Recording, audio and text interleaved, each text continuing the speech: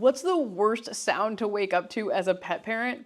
It has to be your dog puking. And when I woke up to find that John Denver was throwing up little pieces of stick, I knew that we had to solve his stick eating problem if I wanted to continue to enjoy our daily hikes together. So today, I'm gonna talk about how I stopped my puppy from eating sticks while increasing our bond without having to ditch our daily hiking routine. Hi, I'm Laura from Doggy U, and I'm a certified guide dog mobility instructor, service dog trainer, and trick trainer. And I'm currently raising a 6-month-old Labrador puppy that I hope will one day be my service dog.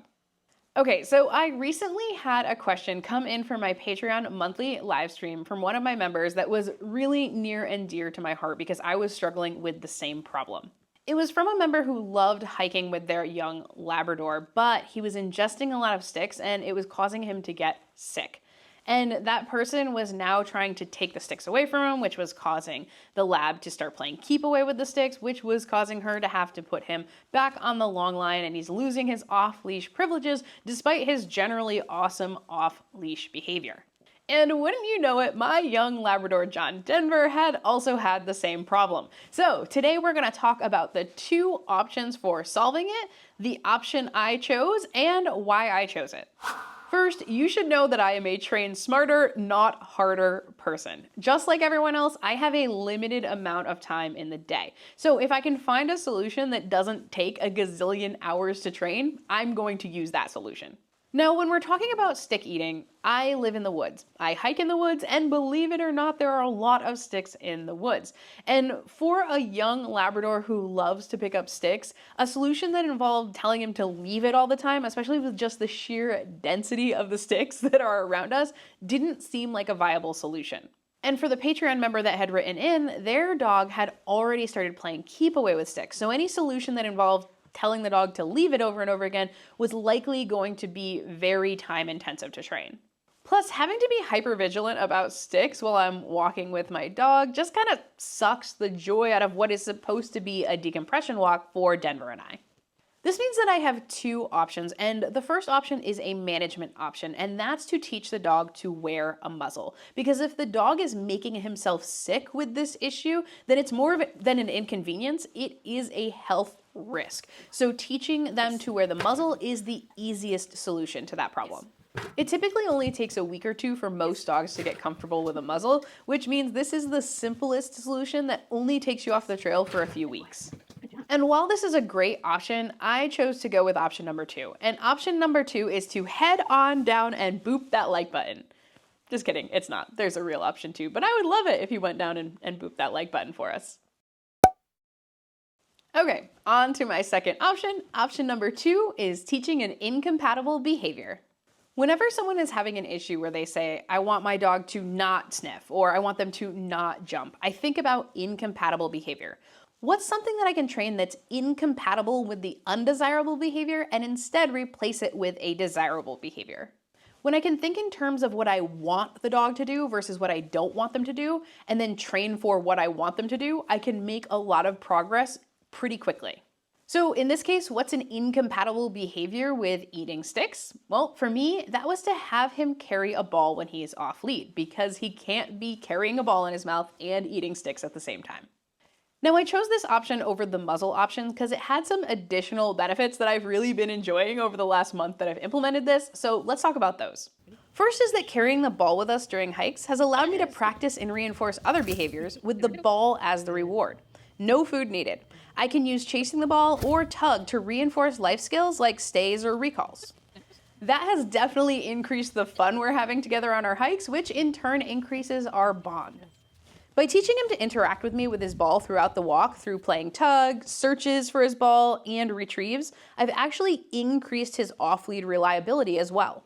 And by implementing search games where I hide the ball in the woods for him to find, I also get 2 benefits. The first being a more tired dog who has had to use their brain, their nose, and their body throughout the hike, as well as another big benefit, and that's that when I play search games with him, he's practicing not picking up sticks while hunting through the woods.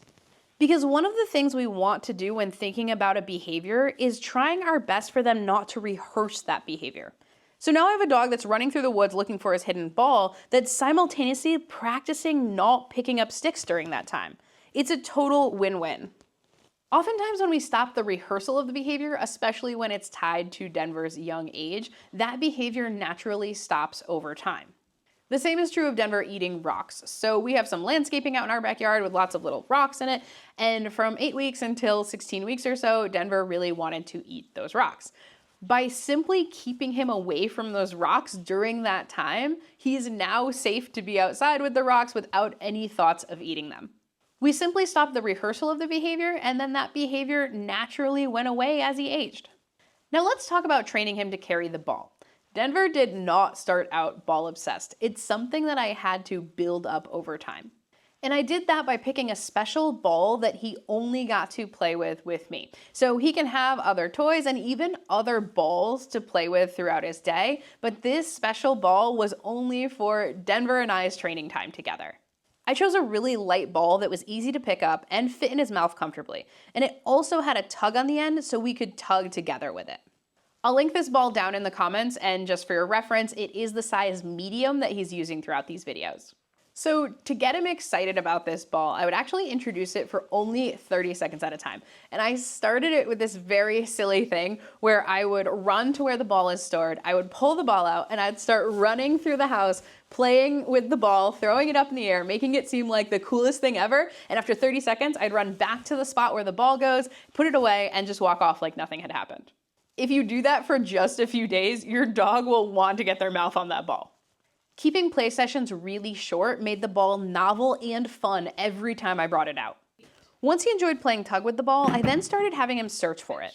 Basically starting with a retrieve with no obstacles and then slowly adding challenges until he could search for it outside, hidden behind things, or in tall grass. I rewarded the search heavily through tug or food reinforcers until he was absolutely thrilled with the game. Then we transitioned the game into our hikes, having him carry the ball in between. If he dropped it, I'd ask him to go find the ball and he'd come bounding back with it. At first we kept the hike short, and if needed, I would put the ball away and put him back on a long line to manage his behavior. Over just a few weeks, he's now able to carry the ball throughout the hike, which is now an interactive adventure that includes recalls, tug with me, solo play, searches, and obedience. It's honestly one of my favorite parts of our day. So this is a reminder to think outside the box when you're problem solving with your dog. You just might be able to find a solution that's fun for both of you. All right, y'all, if you like this video and want to be part of my monthly live Q&As over on Patreon, as well as get access to every Q&A replay I've ever done, definitely check out my Patreon at patreon.com/doggyu, where you can join for as little as $4. And if you want to see the step-by-step instructions for how I shaped Denver's reliable play retrieve, you should check out this video now. You all have an awesome day and happy training.